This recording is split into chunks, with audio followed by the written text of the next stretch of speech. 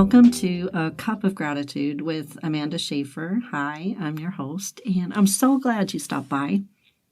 This podcast is really for anyone, anywhere, anytime. And it's about taking a moment to slow down and look around and actually see all of the good things that are there. There's no question that asks, is your cup half empty or half full? But I think a better question is, what's in your cup? I mean, a drop of gratitude will benefit your life unimaginably more than a full cup of anything else. So let's settle in and take a look at how we can shift our focus and embrace the joy and the wonder of the life that we have. And once you start, you won't be able to stop seeing the good. And just like me, you won't be able to stop talking about it. And somehow that creates even more. Even in the midst of difficulty, even when it's really hard. Learn how to drink from a cup of gratitude. Welcome. Today we are speaking with Hannah Schaefer. She's a rising female role model and compelling contemporary Christian artist. She's a passionate speaker and a multi-international award-winning singer-songwriter. From winning the teen singing category at the Arts International Talent Showcase in Orlando, Florida at the age of 15, to her 2020 release of Who I Am, Hannah's 10 years of music ministry has made her a multi-award-winning singer-songwriter. Early in her career, Hannah was selected as one of the 24 grand prize recipients in the 2015 International John Lennon Songwriting Contest for her song All the Way. She then received the grand prize for the gospel category. She has opened for renowned Christian artists such as Matt Maher, Matthew West, Powell, Building 429, and more, touring internationally and playing over 500 shows across the United States. And I believe she just got back from Germany. But the most interesting thing for me is that she spells her last name exactly like mine, and that never happens. So I think somewhere along the line, we might actually be related. Hi, Hannah, how are you? Hello. It's so good to be here with you. Oh, I've really been looking forward to this. So I'd like to start at the beginning. Do you think you could tell us a little bit about your childhood? Sure. I had a wonderful childhood. I I'm the oldest of three. Uh-huh. Just grew up knowing the Lord. My parents would pray with us before we went to bed, and just felt very, very loved as a child. So very blessed. You are blessed. What great memories to have. Absolutely. You had told me during our pre-recording call what I think is just a beautiful story. It's just a stunning image. You said that you used to write letters to Jesus on sticky notes and throw them into the wind. Can you share, and as a writer, I just love that. Can you share more about that with us? I mean, I think that would be a really great song album cover or something like that. It's crazy you say that, because I was actually just talking to my husband about, wow, that would be a cool album cover. Yeah, it would be. Definitely. So growing up, like I said, I knew who Jesus was, and I always believed that he was my friend, that he was walking with me. I totally had an imaginary friend growing up. I was one of those kids. And so, when it comes to like throwing sticky notes in the wind, everybody, I'm not for littering, but as an innocent child, I just really believed that Jesus would, use the wind to fly the sticky note all the way up to heaven, and he was Wow. in some sort of way. And so it doesn't surprise me that I'm a creative, because my mind has always been very, I don't know if innovative is the word, just I have a big imagination. Yeah, absolutely. And, like I said, I could see it. And it was just such a beautiful image. And it just kind of puts together in one tangible way your relationship at the time, your childlike faith. Oh, thank you. Thank you. Yeah, I don't know why, but I always believed in Jesus, which isn't everybody's story as a child, but it Yeah. was mine. Well, I wish it was mine. I went to church, but I didn't have a true faith that Jesus was a person I could have a relationship with until much later. And it must have been a blessing. Mm, mm. Yeah, I know. I think that Jesus works on our hearts in different seasons of our lives and Yeah. knows what we need. Yeah, he does. And I'm glad he got to me eventually, or I opened up to hear him. He was there the whole time. Mm. Amen to that. Yeah. So you had told me when we were speaking earlier that your mom struggled with infertility. And after years of trying to have a child, she made God a promise. What was that? Absolutely.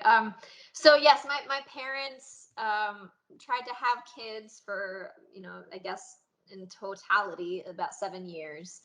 And I think it was when my mom had just given up the pressure, like had just completely thrown her hands up and was like, God, okay, you know what? I'm not in control. You are. Yeah.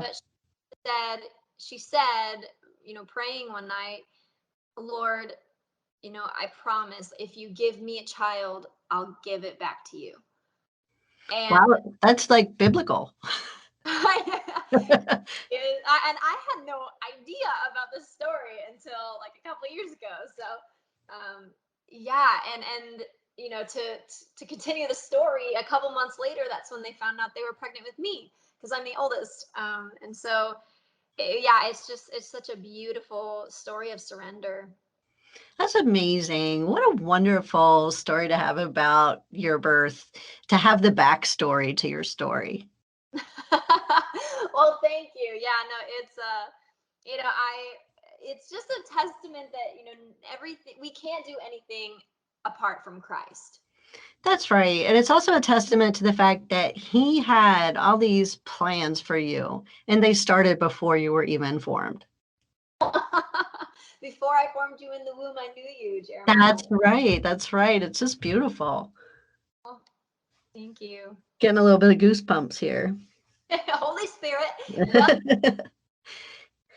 So at one point, you actually turned down a scholarship to college, and it was because you said you felt God calling you into something else. First of all, what was that? And second of all, how did that go over with your family? yeah. So ever since I was very little, I wanted to sing. I mean, I saw Carrie Underwood and Kelly Clarkson just on TV. Well, I guess my first CD was actually a Kelly Clarkson CD. So that my dad had bought me, and that meant a lot to me. So I just always wanted to be an American Idol winner or something of that sort. So as I got older and, it was harder for me to see music being a reality, um, I just kept leaning into God. And, Mhm. he opened some doors to allow me to have the opportunity to actually start setting up a future for music in high school. But at the same time, while I was studying contemporarily and going to Nashville and doing some writing trips with people and recording there, I was training classically in high school and show choir competitions and all of this kind of stuff. And I worked really hard to get a scholarship to the Jacobs School of Music at Indiana University and Mhm. for vocal performance. So I had because I had trained classically and I had competed and I was really good at it. But I realized after I had told everybody I was going to IU, had my graduation party, I got off the phone from a industry executive, a Christian industry executive, and I just had this feeling like the voice of God whisper, like a small still voice said, "Don't go, don't go." Wow. Yeah, yeah, don't go to college. Like, what you need to do. And that was really hard for me to swallow, mainly because I had put 4 years into trying to get into this music school, preparing from freshman year all the way to senior year to study classically and get a scholarship, etc. But when the Lord gives you peace about, Yeah. you got to rest in it. Yeah. No matter how crazy the world may think you are, God is the only one who matters. God's opinion is the only one that you need to care about. That's right. That's right. And honestly, you didn't waste any time, because when you were training, those things were going to be used when you walked in the calling he had for you. Mm-hmm. Absolutely. Yeah, it's just in a different way than you had imagined. Mm-hmm. Mm-hmm. And isn't that always what happens? I mean, at least it does for me. I think I hear something from God, or I have a dream in my heart or talent that I build up and really love using, that he's given me. And I think I know where I'm headed. And then it's like I hit a spot and it's kind of plot twist and we're off in another direction. But he always uses everything along the way. Mm-hmm. Yeah, no, he does not. We have a God who does not waste anything, whether that's suffering or joy. Yeah, He works all things for his good, for our good. that's right. That's right. Thank goodness he is who he is and works the way he does. Absolutely. And Now, you told me that you had fallen in love with Jesus around 13 years old, which is amazing, and that it was your best year ever. But then you went to high school, and at the same time, your brother was diagnosed with Tourette syndrome. I mean, that sounds like a lot. What was that time like for you and your family? I also remember you saying that at that age, you experienced a little bullying at school. mm-hmm. Yeah, I'd say, the year 2010 to 2011 was really hard. Or yeah, I guess maybe 2011, 2012. I don't know the exact date, but it was really difficult because, I was getting ready to go into high school, so there's already these pressures as a young woman, right? Yeah, Of how do I measure up to this new community, this new space, this new place. And then two, we were getting older. So we were, my friends and I were at a place where we were starting to make decisions that could affect the rest of our lives. And being someone who is very convicted, I'm a very convicted, convicted child of God. And sometimes it drives me nuts because it doesn't go great with a perfectionistic personality. But my friends had started to make some decisions that I didn't agree with. And because I loved them and because yeah, I didn't want to just stand by and let, people I care about jump off a cliff, I voiced an opinion that may have been unpopular. And from that stemmed a lot of chaos, mm. a lot of betrayal, a lot of bullying to me. And that was so traumatic for a 12/13-year-old girl. Hey, that's traumatic for a 57-year-old woman. That it's a traumatic thing Oh, no. to express what you are feeling convicted about and be trying to walk in God's ways and have people that you care about reject that. Mm-hmm. And looking back at that season now, all I can think about is how Jesus felt when Peter denied him. Like, Ugh, like Peter, his best friend, someone that was stood beside him and was like, walking out into the waves, into a storm to him, like the person who mhm, would all think would have died with him, right? right. And denied him not only once but over and over again.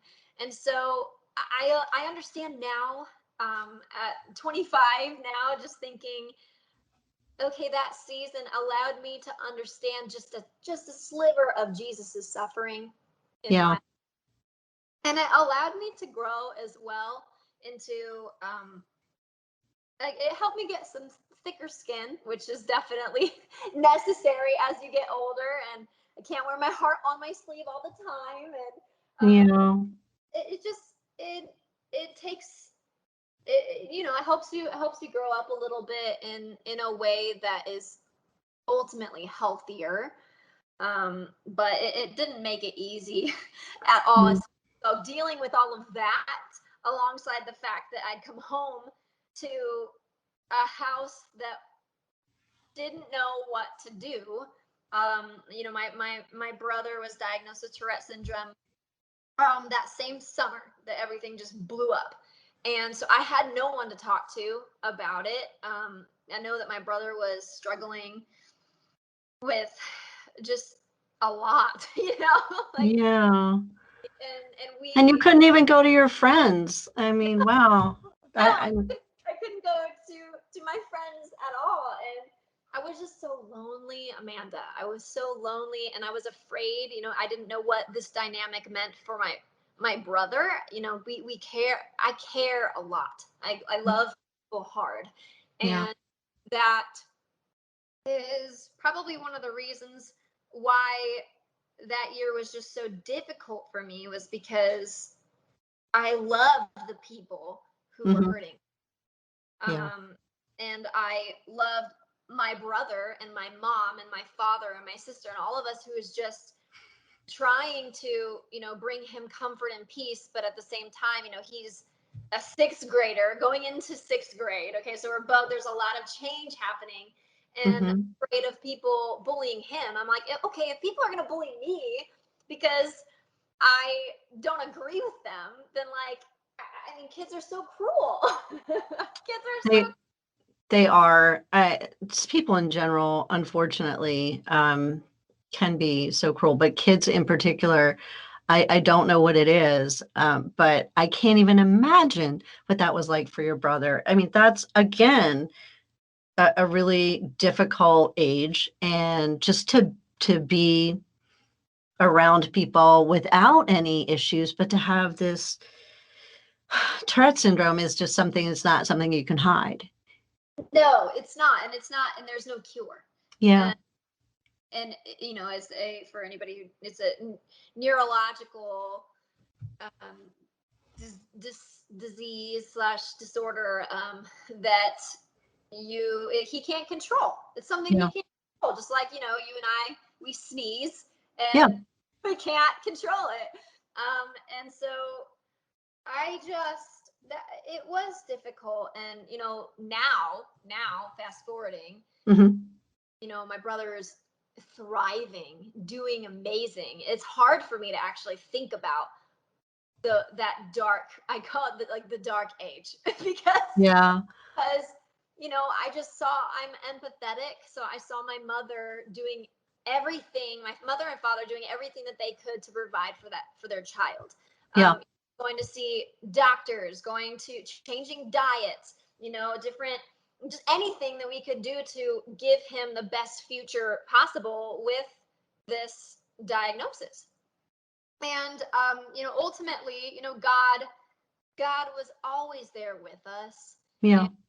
And you know, my mother and father, like they have faith. And um I seriously believe that that is what allowed us to get out of that season, is the faith that we have in God, and the faith that we know he takes broken things and makes them beautiful. That's um right. every time, every time. So you know, fast forwarding now, you know, he's doing great, and his tics have decreased a lot. Obviously, he has Tourette syndrome. You know, it's not going away. Yeah, But but that's fantastic that he has come so far. and it's not anything that we can control. You Yeah. know, like just completely putting the faith and trust in God that, you know, he would be okay. Wow. Just during that time, though, as I'm listening kind of from the bird's eye view, hearing the parallel that you're experiencing bullying, that's not your fault, and he's experiencing bullying that's not his fault. Like, what do you think God was trying to strengthen in you during that time? Because you are so compassionate and you are empathetic. So it wasn't just you, it was you and somebody else you loved. So what was God trying to do, do you think? Well, I think he's always pruning us, Yeah, for to to help us become as perfect as we can be. And obviously, we are not perfect human beings. Like, we're never truly perfect, but we are called to be like Christ, and that's Christ is right. perfect, right? So, God allows things to happen Mm-hmm. that he knows is ultimately going to help us grow into the people that he called us to be, is calling us to be. And I think during that season, he was allowing me. I mean, I turned from a young, a young child. I mean, having childlike faith to having an old soul in Yeah, me. And I didn't. He allowed me to see the world for what it was, and that was a waiting place. That, like, there's work to be done.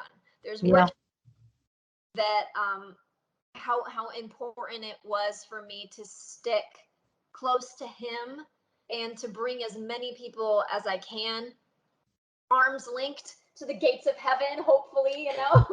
that's right. He was preparing your heart for this career in music, because if you didn't have that deepened faith and that closeness with him, and if you weren't willing to do whatever it took, the industry could have really changed you. Oh, absolutely. I mean, I I was never going to give up God for worldly things or for people. Mm-hmm. And as much as it pained me to lose some of my friends, like my best friends, people who actually knew more about me than anyone, and then to completely turn around and use that against me, um, it was very humbling, and honestly allowed me. He taught me how to armor up. That's what he Yeah, did. Taught yeah, me, hey, this world is Satan's playground, and you have me. I am here, but there, like, evil is still here, and yeah. sometimes the people you love. And he also reminded me, like, you're like this to me too. Is that Yeah, let's put a pin right there. I mean, we can't just look at everybody else. oh my gosh, no. I mean, he allowed this situation to open my eyes to the fact that we have free will, Yeah, and it is a gift, but because it is what it is, and we aren't robots, and we aren't forced to love God, that there are going to be people that reject, yeah. and it hurts. And so he allowed me to understand, like, hey, this rejection that you're getting from people you care about, Hmm. you do this to me all the time. Yeah, yeah. They're the hardest lessons to learn. You feel them really deeply, but you don't forget them either. Mm-hmm. Mm-hmm. Now, during the time that you were experiencing all of this, you had a teacher who reached out to you with a note on one of your papers one time. And I love how God uses some of the different characters in our life, like people that aren't the main characters, right? So you had this teacher reach out to you with a note on one of your papers. Do you remember what it said? Mm. I I remember, pretty much that it was written, don't listen to them. Yeah. Don't listen to them. You are worth more than you can imagine. Wow. And Wow. it just, oh my gosh, I just started sobbing in class. I think I was in the back of the classroom, and, like, I think I actually was alone. So I'm like, nobody can see this. It's fine. Like, I just, well, okay. And when I say sobbing, it's me being over dramatic. I was tearing up in class and just kind of Yeah. I mean, I was just so happy that someone saw. Yeah. Someone saw what I was going through, heard what I was going through. And it's a small hometown. It's a small school. Yeah. So it's, and so it was just so powerful. I mean, I get emotional thinking about it now. I can hear it. I can hear it. It meant so much to you. It did. It gave me comfort knowing that, like, okay, as lonely as I feel, someone still sees me, Mm-hmm. and it was reminding me of truth. Yeah. Yeah, I love how God does that. I do. And I remember when my daughter was in high school, kind of having to kind of cross people off the friend list because she would have those conversations with people and, they were just doing things that, her faith said wasn't okay. And she still loved them and she wanted to be their friends. And I remember as a mom watching her struggle with that. Mm-hmm. At, Yeah. at that age, it's already hard enough just to have friends. Mm. And girls in particular are not so nice. I don't know why. Don't No, know why. no, and it is such a hard line at that age, because you're right. It's I don't want people to think, oh, just because someone has a differing opinion than you need to cut them out of your life. That's not No, no. ever the case. It's just, if someone is their decisions are impacting the relationship that you have with Jesus and is Yep. keeping from getting closer to Jesus, Yep. that's serious. The world is going to say it's not a big deal, but Yes. that's what Satan wants us to think, that not being close to Jesus is fine. Yeah. And we have to have spiritual sight. We have to know where the battles are and how to win them. Yeah. You have to know when to stand too. Mm. You need to know when to stand. And my daughter ended up growing up to be a psychotherapist. She helps lots and lots of people. But one of the examples she gives quite regularly when we're talking about kind of the people that try to bring you down versus the people that are trying to do what their convictions tell them to do is she said, if you have somebody standing on a chair and you have somebody on the floor and they're holding hands, it's a heck of a lot easier for the person on the floor to pull the person off the chair than the person on the chair to pull the person up onto their feet from the floor. Whoa. Yeah. That's powerful. Yeah. So, I mean, it's just such a great image of like what we're talking about. Like if you give an inch, it could take you out. Mm-hmm.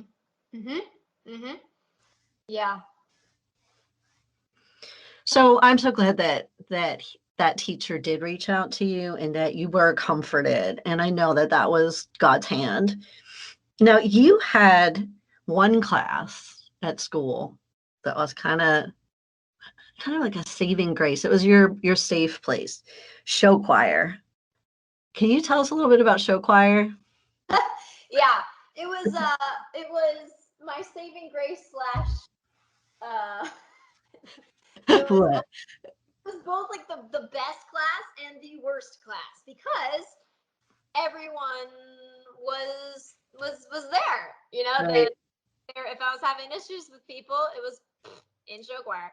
Because it was my life. It was. I Yeah. mean, like, for anybody who doesn't really know, at least Midwestern show choir, it's serious stuff. I mean, I can't tell you how many hours I would wake up, go to school, get there before 7 o'clock so that I could practice for an hour with the Wow. and then I wouldn't come home because I was in both show choirs, and until like 9 o'clock, and I was doing AP classes, and it was nuts. It was absolutely nuts. Like, the amount of hours put into this art was Yeah. but Growing up, I never had show choir. Well, it wasn't even a thing. I went to a prep school and I've never even heard of show choir until I started talking to other people that grew up in different places. yeah, it was and I think, honestly, like, everyone that I know of that was in it with me, we all look back on it fondly. It Yeah. was Because you're right. It was, even though there was always drama, I mean, it's high school, it was a safe place for us. Yeah. And, it meant a lot to me because it was a place I could, during practice and during the actual show itself, not necessarily in class or whatever, but actually singing, performing, and having my solos was a place where I felt peace. Yeah. If that was like the first time I got to feel peace for the day, it was there because I felt like it was me and nobody else. Yeah, you had a little oasis in the middle of the kind of wilderness time. That's cool. For sure, for sure. That's awesome. You had said when we were talking before that at one point you believed that you were depressed. You didn't even want to wake up. But then you started writing poetry and songs. So how did writing music kind of save you, help you, pull you out of that? Wow. I'm obviously a creative, so I need to, and I'm also an extrovert. So since I couldn't actually go to anybody, Yeah. talk out my feelings, or express my feelings, I honestly tried to shut everything off during the day because I didn't want anybody to have satisfaction of how I felt. I Yeah. didn't want to start fires. I didn't want anybody to look back and think, oh yeah, she did this or she said that and blah blah. Like, I always wanted to leave it so that nobody could say anything bad about me, Mhm. Yeah. or about how I handled a situation that was painful. And so instead of talking all of my issues out, because I felt that I couldn't, I would write poetry. Yeah. I loved language arts, and I specifically loved learning how to make all different types of, create different types of poetry. So Hmm. I started, writing out the most painful parts of my heart, what I was going through, and making art. And then I would come home and plunk it out on the piano. I'd combine the poetry with with music, and then all of a sudden I started writing these songs, and it was through these songs that I found a lot of relief. A lot of it felt like therapy to me. Yeah, it sounds very cathartic. I mean, I'm a creative, but in another way, you wouldn't really want to hear me sing.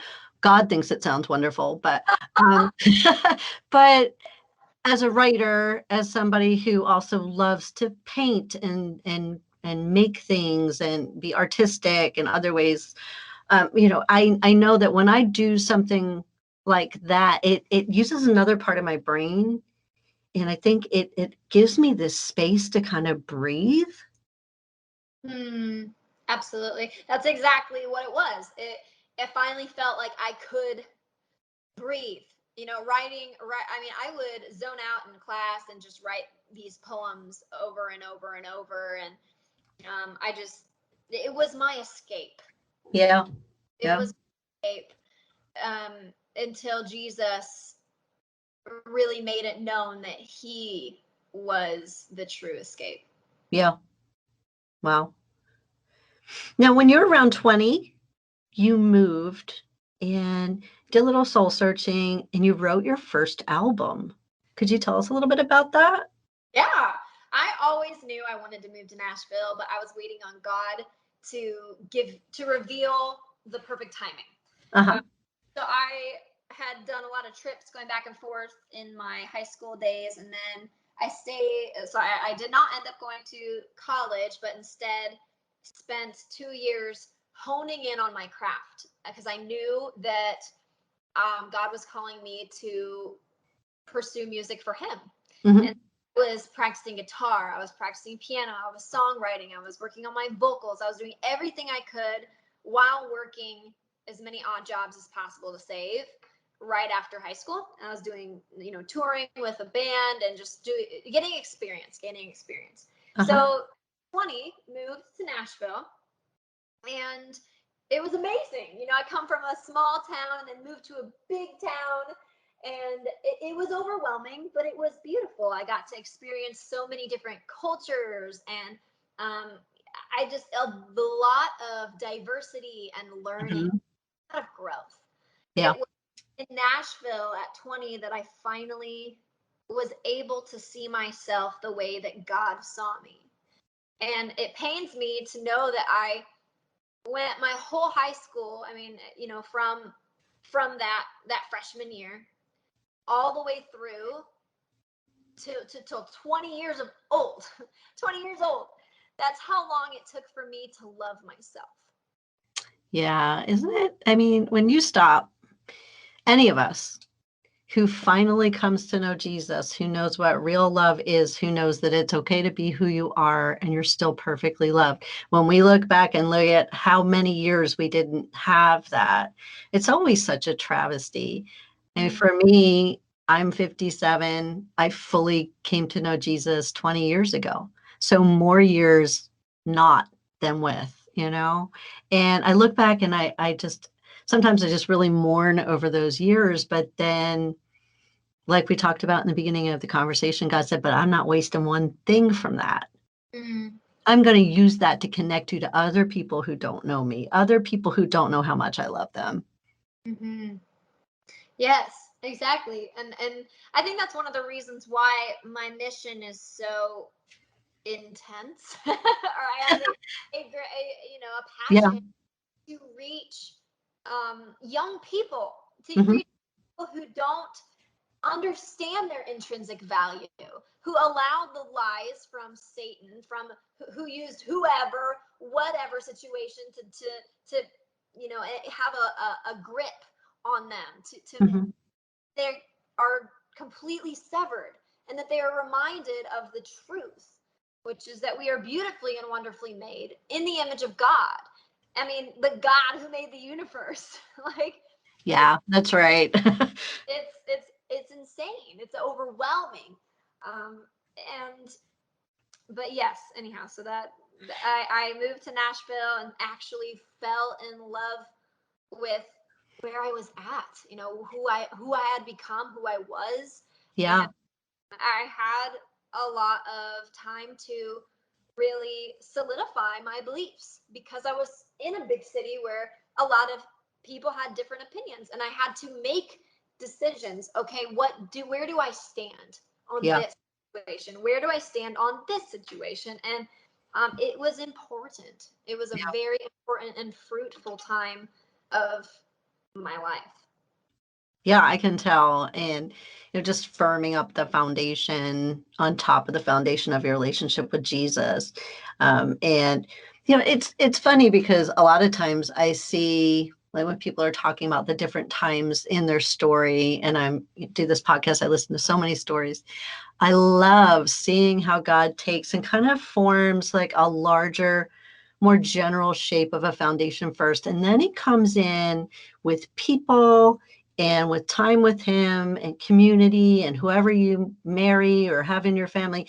And he etches away and fine tunes and creates this beautiful, it's almost like a portrait, but he has to get that shape in first. And as I'm listening to you and looking back over all the things that you've recounted so far, he was strengthening you and he was preparing you to choose him first, even when it was really hard.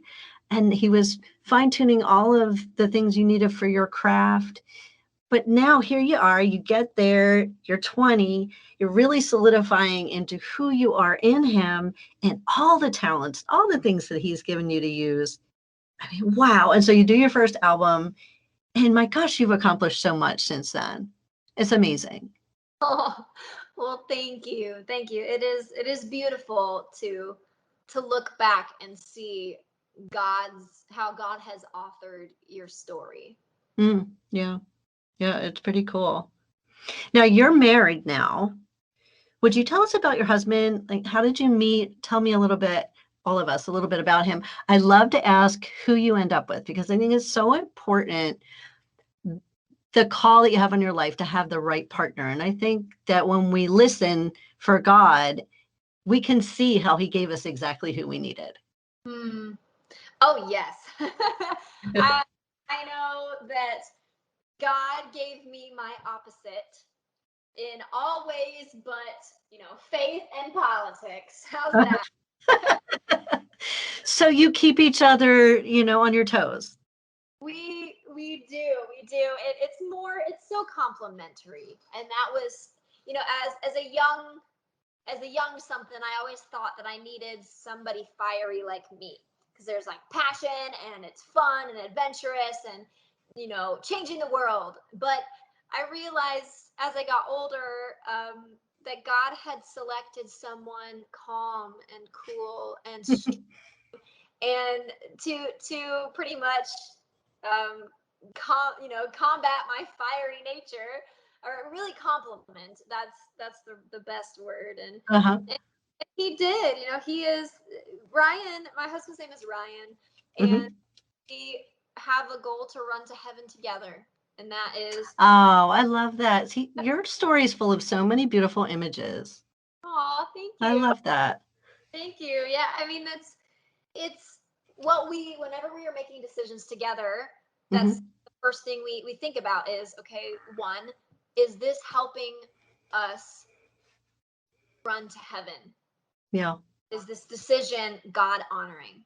Yeah. That's the first thing that we think about. And he is incredible. He is so supportive of my ministry, of my mission. He is the safe place for for this very I would say, like, I love people hard. So, and people continue, people we love and care about, that we all have free will. So, and in the hard times and the suffering and in the pain, he is a retreat for me, that I know he holds my heart in a special way. But what I know is even better is that, he will always choose God over me. And that's what I want. Oh, wow. That's powerful. That's powerful. That is what you want. It is. Yeah. Wow. That's wonderful. It's how I know that he is that rock for me in marriage, is because he's rooted in faith, and that, if this man loves me with all his heart, but is able to choose God first. Yep. Like, I have a winning situation. You do. And it sounds so counterintuitive to the world to say that. It does. But you don't want anyone to do anything else. That's amazing. Because this world doesn't last forever. So, No. in the end, it's not going to be Ryan and I on my judgment day. It's going to be God and me. That's right. And when Ryan goes to God first and puts God first, which is biblical, number one, but when he does that, God has all wisdom, and God is going to tell him exactly what he needs to do in every situation to be the best husband for you. Exactly. As soon as God is no longer the center of a relationship, pride is going to come out. And it's way easier for sin to enter. The focus isn't on the only perfect one. Yeah, that's right. Yeah. Now, so in addition to being a singer-songwriter, you have a really big heart for ministry. Who's the audience that you write for and why?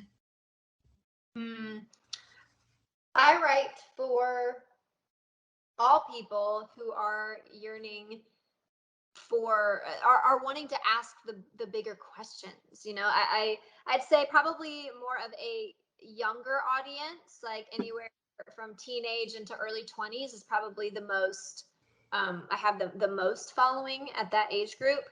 But I have a plethora of people from like 35 to 55 that are, at least, analytically wise, that still resonate with the, because I keep things real, and I try not to write music that is what people have heard over and over. I want to come up with. Thank you for that. just as one, like, I agree. You are real, and thank you for that, because there's so many things that are similar. Not that they're not wonderful, but we're unique. We've all been given like so many different qualities, talents, situations, and circumstances in our life. If we're not putting that out there, it starts to be cookie cutter, and people stop listening, really. Oh, definitely. I mean, the depths of them stop listening. Yes. Yeah, they might know the words, they might sing along, but they're not being affected. Mm-hmm. And I have a special place in my heart for the lost too. Yeah. I just yearn so badly. I know how badly Jesus yearns for people to choose him, and Yeah. how he wants to bless people. I know how, I mean, when they pierced his side after his death, when the Roman soldier pierced his side, out flowed blood and water, which symbolized the baptism and his passion. And Christ, he wants to outpour blessings over all people. He died Yes. for all, so that all of us may have life. And Mm-hmm. therefore, my music, I yearn so badly for people who don't, I mean, for people who do, but also Yes. those who don't, to have to soften their heart, to give them Yes. an opportunity to really listen and start asking questions. Who is God? Is he there? Is he real? And I just want my music to be an opportunity for somebody who is lost to come home. Oh, that's beautiful. I have a similar heart. I do most of my ministry outside of my church. I do ministry at church too. Don't get me wrong, but I do a lot of ministry that God has given me kind of a strategy and a plan that presents areas where people can lean in, and maybe their walls come down, and they're maybe able to finally be open to the fact that God might have something to say, that God might care about them, that God might be real. And whether it's books or this podcast or different things that I've done, I love that audience as well, because it's not enough for us to be free. Mm-hmm. We want everyone to have that freedom. Mm-hmm. You don't get the best gift in the world and just keep it to yourself. No, I mean, who wants to go into heaven alone? Like, when we think about heaven, Yeah. we think about, oh, we'll get to join our loved ones, right? Uh-huh. Yeah. And I just think that strangers are friends we haven't met. Yeah, absolutely. Absolutely. It's funny. So my mom and I had a conversation one time where she was talking about going to heaven, and we were talking about, she had found somewhere in the Bible where it talked about having work. And I said, yeah, it says we're going to have some kind of work. And there's always been work. There's work for Adam and Eve. And I said, I always kind of look at it like this. There are people who, yes, they've accepted Jesus as their Lord and Savior, but then they never really did a lot to have a real relationship with him. And they had more the Savior than the Lord in their life. And I said, and then there's those who really just are all in, and everything, they've given their whole life to Jesus to do with whatever he wants. And I said, I feel like the jobs for eternity would be like, the difference would be like you could get in, but maybe you're the janitor, or you could get in. And I was like, I don't want to be the janitor. Oh You- gosh, that's so funny. so I feel like we're going to live for eternity, and these people who don't know Jesus could be dead for eternity. Now, if that doesn't make you stop in your tracks and feel like you need to do something that's important, like share the gospel, I don't know what will. Yeah. Yeah, it's hard to wrap around our heads, because Yeah. we as humans cannot physically, mentally understand eternity. No. But we can't deny the truth either. No. Could you tell us about your new album? So you have a new album, and I know when you and I were talking before, since then, you actually went on a little trip to Germany, Yeah. correct? Yeah, how was that? Germany was amazing. It was awesome. It was just, I got to learn a couple different phrases in German, and the Cool. people were lovely and kind, and it was just really neat. I felt like there was a lot of little mini miracles that God performed for us. One being this festival is called the God is Good Festival, and Hmm. they've been doing this for 13 years. And for 13 years, it has never once rained during a show because all these shows are outside. Right. So, we were over there and we would, it'd be storming as we're traveling to where we're going to have the show. And Hmm. the amount of faith that we all just had, as in like, no, God is going to open the skies. It's going to be an incredible night. People are going to get to experience God. Hmm. And we just had this faith, and we would pray all together in the car, and it was miraculous. Like, we'd arrive, and then it'd be 5 minutes before the show starts, and boom, the skies just opens up, and there's no more rain. And throughout the whole hour to 2 hours of the show that was there, within maybe 5 to 10 minutes afterwards, it would start raining again. But it didn't rain during our shows, and there were a total of four of them, but I was a part of three. That's so awesome. I mean, come on. If God could open up the Red Sea, he can keep the clouds away at bay for a little bit, you know? That's amazing. He's such a waymaker. I love it. He is. He is the best. And Yeah, that he really is.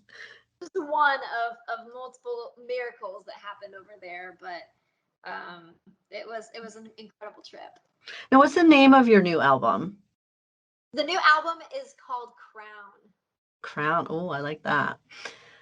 And does it have kind of a theme about it? Yeah, so it has a little bit of a Renaissance theme. Like Crown, obviously. Then Hmm. a title called "Turn the Ship Around," and Oh, I like that one. I've been listening. aw, thank you. Yeah, Yeah. I love the moody vibes of that one.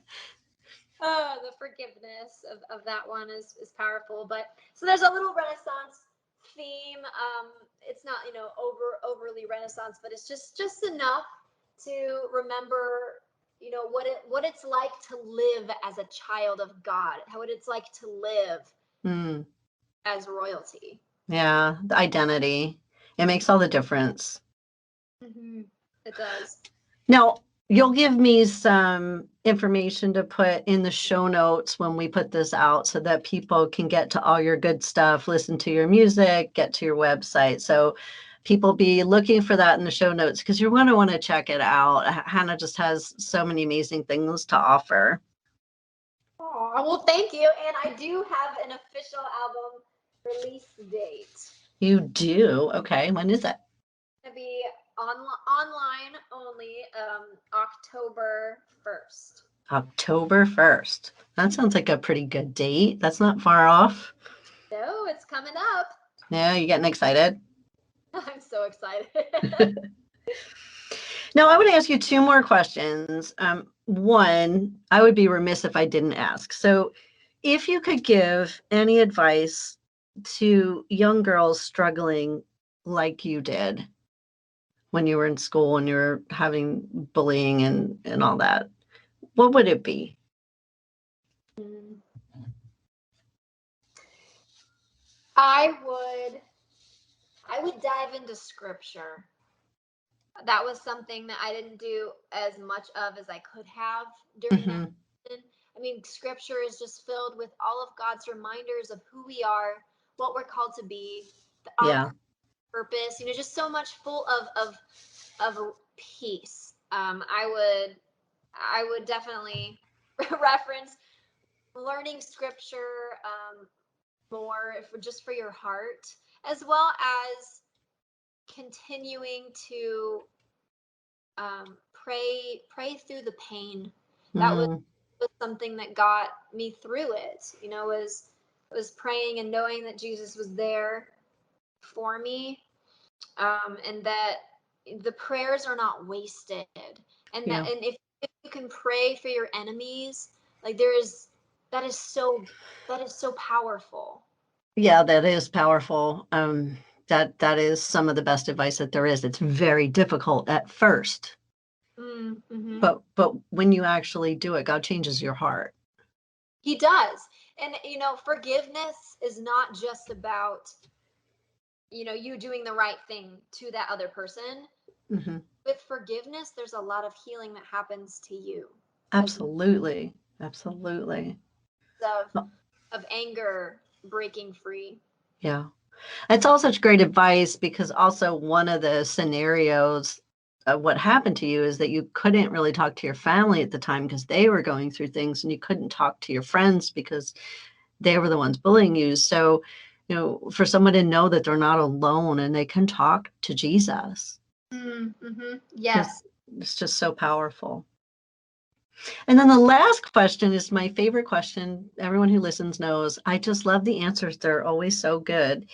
If you could tell your younger self any advice, what would it be? Hmm. If I could tell my younger self any advice, Mm-hmm. I'd say lose yourself in the music and lose yourself in Jesus, because Mm, they go together. yeah, that's awesome. It's so we're going right back to those sticky notes. I just see it.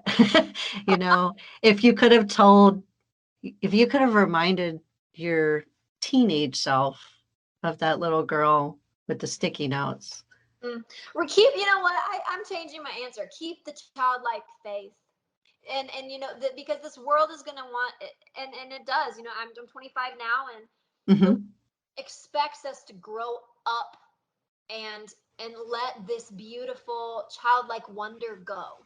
Yeah. And and I'm gonna tell my younger self, keep the childlike faith. Yes. Keep the sticky notes. Yes, keep the wonder of God, Yeah. because it will take you places you've never imagined. Yeah. Oh, that's beautiful. I love it. Great advice. I will take the redo. There. Uh, Uh, well, Hannah, I know that you're super busy, and I just want to thank you for taking time to come and talk with us and share your story. I'm super encouraged, and I've just really enjoyed getting to know you. Thanks for being part of my podcast family. I'm just so lucky, all these amazing people I get to meet and know. well, I'm feeling blessed, and how could I say no to a Schaefer? Exactly. Really, people you don't understand unless you know. It the way our name is spelled, nobody gets it right. They add in F's, they take out C's. It's crazy. Yeah, it is crazy. And over in Germany too, they were talking about, wow, you spell your name the correct Yes. Americanized version, and I'm like, what? They said Yeah. this way is the quote unquote from Germans, okay? The Yep. true Americanized version of the name Schaefer, which actually means, Amanda, this blows my mind, shepherd. No way. Our last name means shepherd. How Yes. did I not know that? I don't know. I didn't know how I didn't know that either until they What? said, Oh, I love that. isn't that crazy? Yes. Thanks for blessing me with that. I don't know. I should know what my name means. I know what my first name means. And Wow. we're always made to be evangelical in a way. Yeah, that's pretty cool. That's pretty cool. Well, Hannah, I just wish you the best. And I was toying around with a couple of people I was talking to and saying, like, I love so much hearing the stories God wanted people to share right now, but I know like there'll be so many more in the future that at some point I might do a whole season of just having people back on again and hearing what else God's doing.